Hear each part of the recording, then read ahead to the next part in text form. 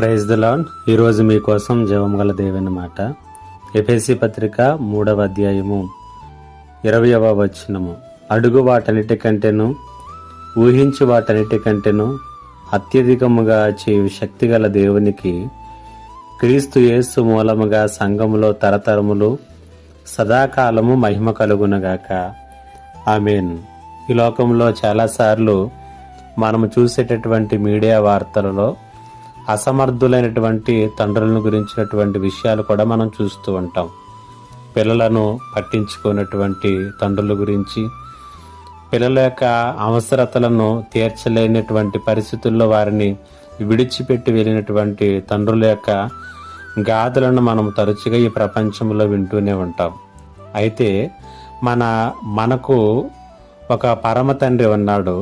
ఆయన ఇలాంటి అసమర్థుడైనటువంటి తండ్రి కాదు, ఆయన సమర్థుడైనటువంటి తండ్రిగా మనకు ఉన్నాడు అనేటువంటి సంగతిని పరిశుద్ధ గ్రంథము చాలా స్పష్టంగా తెలియజేస్తూ ఉంది. మనం ఆయన చేతికి అప్పగించినటువంటి ఏ సమస్యనైనా ఆయన పరిష్కరించగలడు. ఆయన సామర్థ్యానికి, ఆయన శక్తికి ఏదీ కూడా అతీతంగా లేదు, ఏదీ కూడా ఆయన శక్తికి బయట కూడా లేదు. కాబట్టి మన సమస్యలను కావచ్చు, మనం బాగు చేయలేనటువంటి వాటిని కావచ్చు, దేనినైనప్పటికీ కూడా మనము మన పరమ తండ్రి యొక్క చేతులకు అప్పగించినప్పుడు ఆయన గొప్ప కార్యాలను చేయగలడు, వాటిని బాగు చేయగలడు.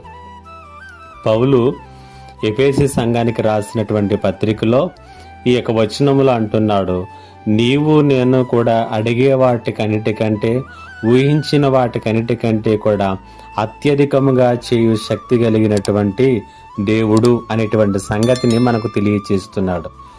ఈ మాటలు, ఈ చిన్న సందేశాన్ని వింటున్నటువంటి నీకే తెలియచేస్తున్నాడు. దేవుడు పరిమితమైనటువంటి శక్తి కలిగినటువంటి వాడు కాదు, ఆయన అపరిమితమైనటువంటి శక్తి సామర్థ్యాలు కలిగినటువంటి దేవుడు.